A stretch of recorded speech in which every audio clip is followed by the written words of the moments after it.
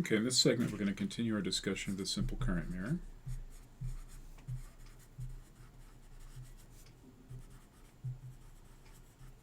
So last time we had this pair of transistors, and they were NPN bipolar transistors connected like so.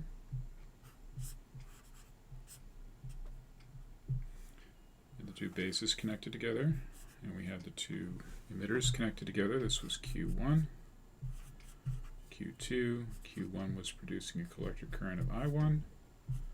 Q2 is producing a collector current of I2. We assumed that V2 was held high enough to keep the transistor Q2 active, or at least in soft saturation. And we had the base voltage set by a voltage source, VB, and we had V1 was the collector voltage of Q1, and again that was high enough to keep Q1 in the active mode, or at least in soft saturation. And we concluded that with VA infinite, we had I1 equals I2 regardless of VB. And when VA was less than infinite, we had this idea that I1 was approximately equal to I2 regardless of VB. We talked about how we might crisp that, make that a little bit more crisp, and tighten that up, and find that the percentage difference between I1 and I2 was bounded by VCC divided by the early voltage of the transistors. We're now going to take this circuit and do some things with it to make it into a current mirror. And what we're going to do is we're going to source an input current into the collector of Q1, like so, I in, and we're going to now attach a voltage source, let's say, put it over here,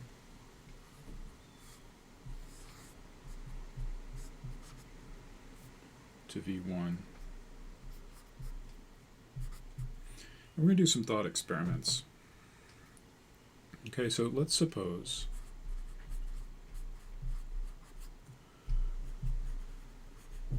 that VB is set so that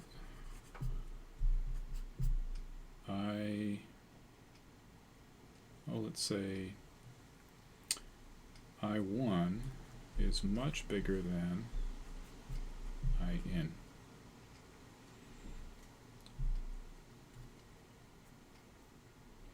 And let's suppose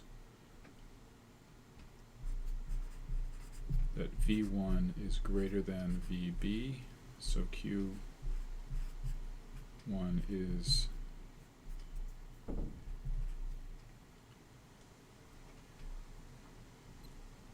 in the forward active region. So to make this maybe more concrete, let's say that I1 is basically 1 milliamp and I in is 1 microamp, and let's say V1 is 1 volt, and maybe VB, for a milliamp of current, VB would be maybe about 0.7. Okay, so that's kind of our starting condition here. So we have IN is 1 microamp. The current in the collector is 1 milliamp, which is like 1,000 times bigger than a microamp. V1 is 1 volt. Okay, so obviously the 1 milliamp has to come from someplace, and it's not coming from our 1 microamp input current source. And so basically 999 microamps, or 0.999 milliamps, have to flow from the input voltage source. Okay?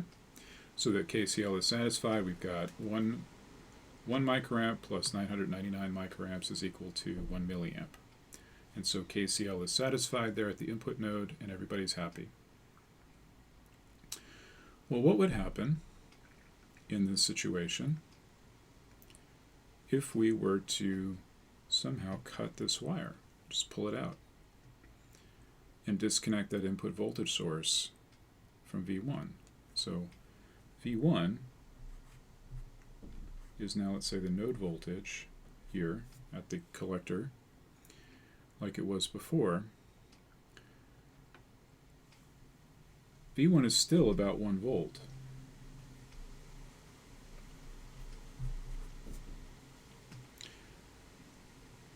But now we have a problem because KCL is not satisfied. We have a violation of KCL because we have 1 milliamp still flowing in Q1, and we only have 1 microamp in the input source. And the input source doesn't care. The input source is a current source.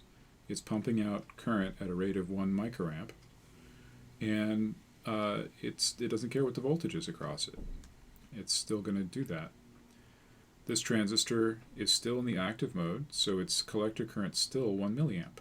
So where is this 0.999 milliamps going to come from now that it can't come from the input voltage source?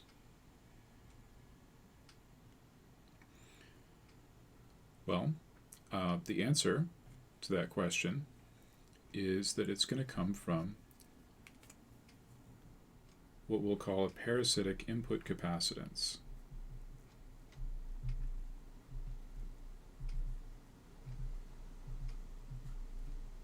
Okay? So on every node in a circuit, there's always some bit of capacitance. And this is not an explicit capacitor that we would go to the stock room and get and stick in our circuit. This is a capacitor that comes with the physical structure, that's part of the physical structure, and we can't get rid of it. So this might be the capacitance due to the wires that we use to hook up this stuff, and the pin capacitance and the package of the transistor at the collector node. These things are all conductors separated from other conductors by insulators, and those are capacitors. And so this capacitance, we don't know what it is. In some cases we might be able to estimate its magnitude, but we don't need to know what it is for this to be a useful concept. So it might be, it might be a femtofarad, it might be a picofarad, it might be 10 picofarads, it doesn't really matter. But what we do know is that if we have a capacitor, C, and we have some voltage across it, V, and some current flowing into it, IC, we know that IC is equal to C times dV dt. Okay? So in this case, the current is flowing out of the capacitance, right? So IC is negative. So we know that IC being less than 0 implies that dV dt is less than 0, in this case volts per second. Okay? And the cache value of a dV dt being less than 0 means that V is decreasing.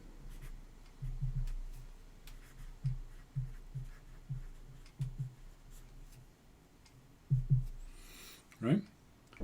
So what this parasitic capacitance does for us is it gives us a place for this excess current to come from temporarily. Okay, so what's going to happen is that as this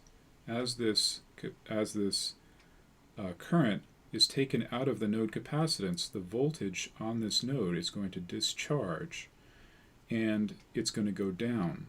And we have to consider what effect that's going to have on these currents in the transistor and in the current source up here.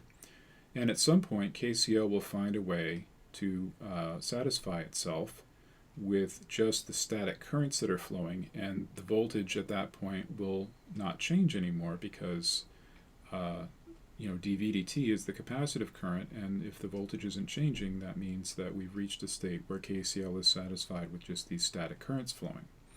And so this parasitic capacitance is going to give us a tool for thinking our way through how the circuit's going to respond. So in this case, as I said, this current is negative with respect to our sign convention, and the bottom end of this is at ground, so the top end is just V1, and so it's dV1 dt. So dV1 dt is less than 0, which implies that V1 is going to decrease. Now we have to think about what is the effect of V1 decreasing in this situation. Well, how is that going to affect the input current? Well, the input current is coming from a current source. The current source is an ideal current source. It doesn't care what the voltage is across it, so it's not going to change its current. It's still going to be pumping out 1 microamp. Q1 is in the active mode, and if we're thinking that the transistor has negligible early effect, that when it's in the active mode, the current I1 is not going to be changing. And so this voltage is going to be dropping. Maybe it's now at 0.9 or something like that. Still above 0.7, so it's still in the active mode. Still, there's not very much change in that 1 milliamp. Maybe a little while later, it's going to be like down to 0.8. And this pen is tired. So now it's at 0.8. Well, it's still in the active mode. Still, this is not changing. So a little while later, V1 is now at 0.7. Now we're at a place where V1 is equal to VB, and we're still in the active mode, but we're just at the border between active and soft saturation. Still no change in I1.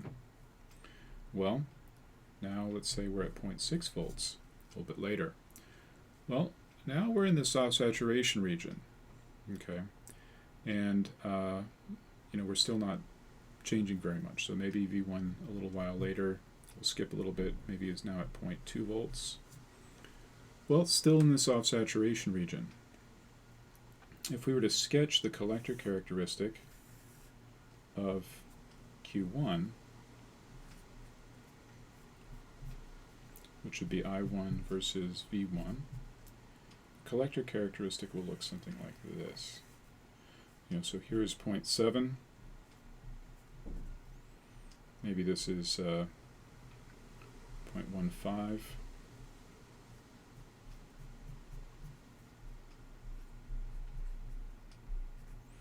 And this is really VCE sat. So this is where this curve turns a corner. And this is the deep saturation region. And we're sort of moving down this curve as V1 decreases in time. And eventually what we're going to do is we're going to start dropping precipitously. And this was 1 milliamp up here. At some point, and I'm not going to be able to draw this to scale, here's 1 microamp down here, 0.1% of this distance. It's not drawn to scale, so maybe this is, it would be not distinguishable from the V axis here. But at some point, we're going to drop down to the point where that current drops to 1 microamp in I1, and there's going to be just a tiny bit of voltage across Q1 so that it passes the 1 microamp of input current. At that point, there's no current flowing from the capacitor, and V1 is going to be, about 0. Maybe it's going to be, a millivolt or something like that. But that's how this situation winds up resolving itself. So KCL finds a way to be satisfied without resorting to this taking charge out or putting charge into this node capacitance when the currents balance. So this will be at 1 micro. Okay? So that's what happens in this situation. We could imagine a complementary situation where we flip this around so that I1 is much less than In instead of much greater than In. And we could imagine our example being these flipped, so I1 is a microamp and I1 is a milliamp. In this case, VB might be, instead of 0.7, it might be, 0.52 or something like that. It's 60 millivolts per decade. And so to get the base to change by, or to get the current to change by 3 orders of magnitude, that we need to have 180 millivolts change in the base voltage. So that'd be about 0.52 if it was about 0.7 before. And that situation is maybe a little bit more challenging. So we have a milliamp here, we have a microamp there. We put in our 1 volt here. And now we have 0.999 milliamps being eaten by V1 to keep the voltage here, V1, at 1 volt. Well, if we do the same thought experiment where we cut the wire and ask what happens, well then,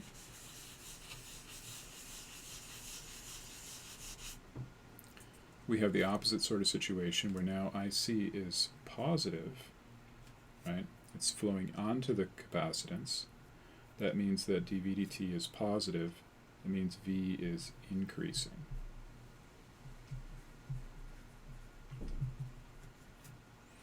So dV1dt greater than 0 means that V1 is going up. Well, what effect does that have on the currents? Well, again, In is a current source, so it's not going to downregulate its current. Not for anybody. And so it's still blasting that 1 milliamp of current, and V1 is going to start to rise, and we're already in the active region, so we're in a constant current regime with our transistor, and as V1 increases, it's just going to get further and further into the active mode.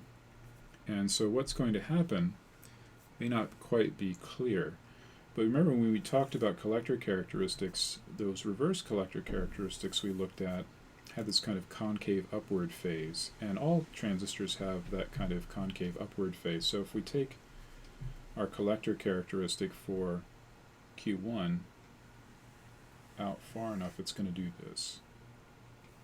It's going to hit a vertical asymptote, and it's going to hit breakdown. And so if this is a microamp, there'll be a place up here where this is a milliamp.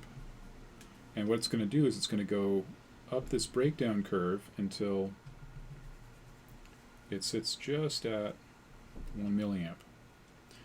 Now this is not necessarily a good place to operate, and who knows, maybe if this is a practical current source implemented with real devices with a power supply, maybe this would happen after we hit the power supply limit on whatever's implementing our current source, and the current source gives up. But if this is SPICE, it's going to go up that breakdown curve until the model for the transistor breaks down, and we'll wind up satisfying KCL up there. So this is the breakdown voltage.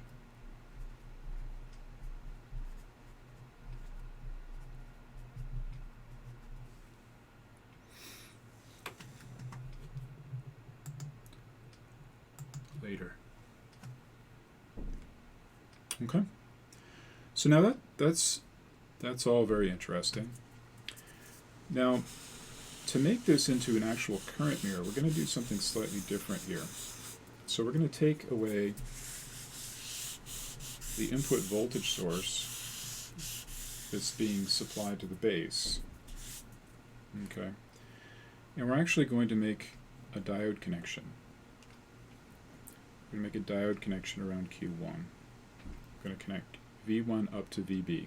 And so now this is VB.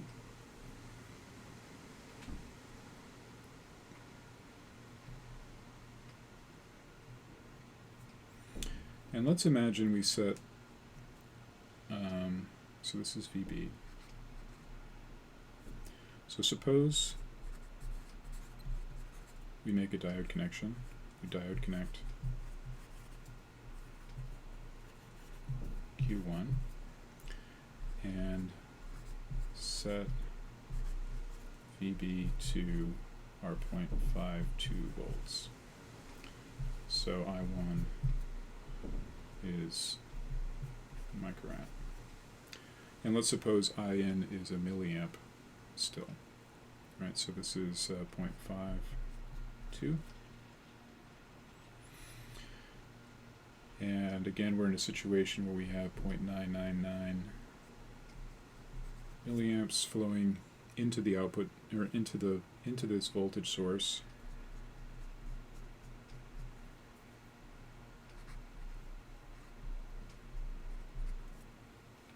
And that's completely illegible.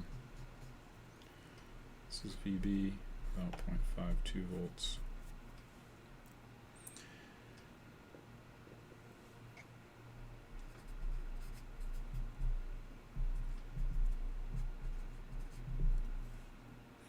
And now suppose we disconnect VB.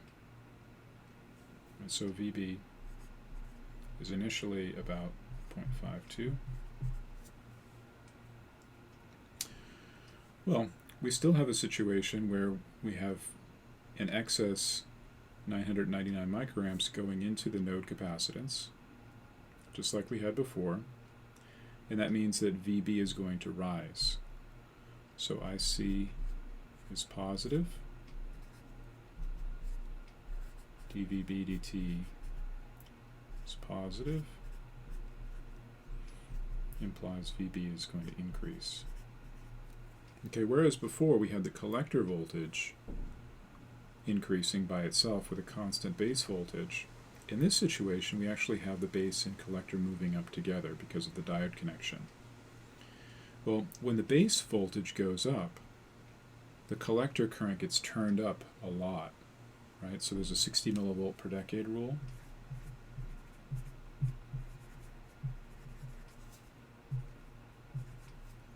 Which states that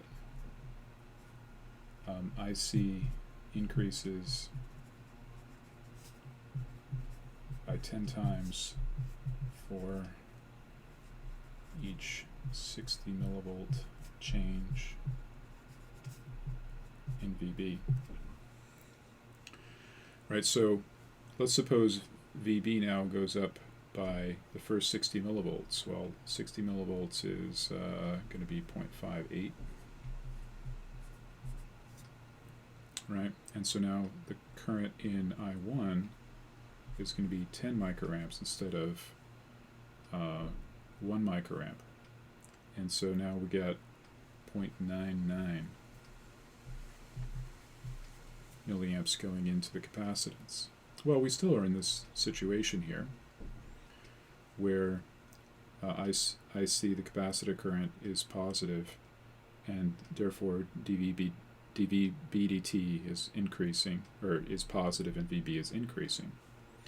And so a little bit later, we're going to have this up at 0.64, and that means that we've gone up another factor of 10. So this is now 100 microamps, and now this is just 0.9 milliamps. So now we're not increasing quite as fast, still increasing at a pretty good clip, but not quite as fast as we were initially. And so after a little while longer, this will be up at about 0.7, another 60 millivolt increase, and now we're down to 0 here, and we're up at a milliamp of current.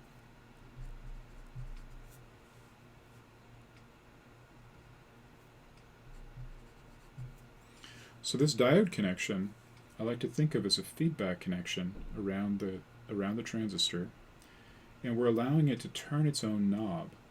So it can adjust itself up and down in such a way that the collector current will rise up to meet the input current we're forcing in. Right? If we were to if we were at this new level, let's say 1 milliamp, let's get rid of our input source here for the time being. Suppose we're at 1 milliamp and all of a sudden we make a step change down from 1 milliamp down to 1 microamp. Well, now this is after the step. We're down at 1 micro on the input source. Well, now we have a situation where we have a net 999 milliamps that are going to have to be coming from the node capacitance. It's got no place else to come from. We have to have a 1 milliamp flowing into the collector because the transistor hasn't gotten the memo that we've changed the input source yet. And so that excess current being sunk by Q1 is going to have to come from this node capacitance. And that means that IC is going to be less than 0, which means that dV by dt is less than 0, which implies decreasing VB. And so VB will drop, and for a while, we still have this current imbalance. So if we go back down to 0.6 or 6.4, maybe we're turning the current down here now to 100 microamps, and now we're at 0.9.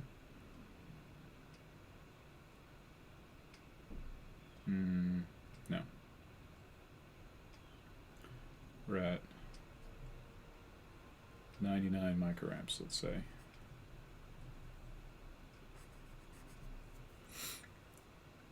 And so now we've reduced the disparity from 999 down to 99. If we go down a little further, VB will be down to, let's say, 0.58. Well, down at 0.58, this is going down to 10 microamps. So we've got 9 extra microamps flowing out here. We go down a little further. We get down to 0.52 volts. Now we're at a place where we're another factor of 10 down. We've got 1 microamp down here, 1 microamp up there, no current coming out of the capacitor, and dV by dt is 0, and we're at a new equilibrium.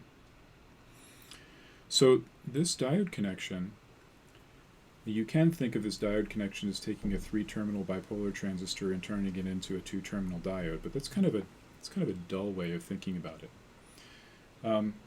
The diode connection here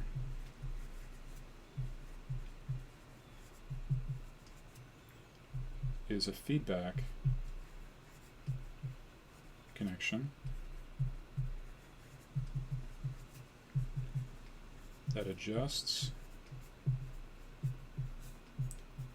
base voltage to make IC approach a given input current.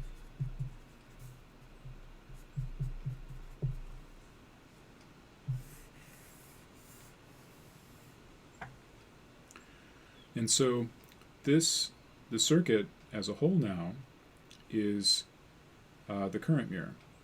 So we have what we said last time about I1 is equal to I2 by virtue of the matching of these two devices and by virtue of the fact that they both operate in the forward active mode or the soft saturation mode. And then we have this negative feedback connection here through this diode connection, which allows Q1 to tune its base voltage so that the collector current it is sinking just balances or matches the input current. And then Q2 looks at that base voltage and says, okay, I'm going to produce that same current. So it produces a copy of the input current. So current mirror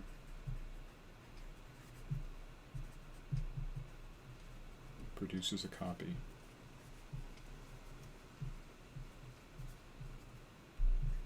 of IN. And it does so in such a way that we rely on the matching of two like devices so that the same base voltage gives us the same current, and then the negative feedback connection basically says, okay, what base voltage do I need on this type of transistor to produce a given input current? So that's the basic idea of the simple current mirror. In the next segment, we'll talk a little bit about why we might want to do something like this. I mean, what good is this? If we had the original input current, why bother? Why do we need to make a copy of it? And what else can we do with this simple circuit? So that's going to be next time. That's it for now. See you next time.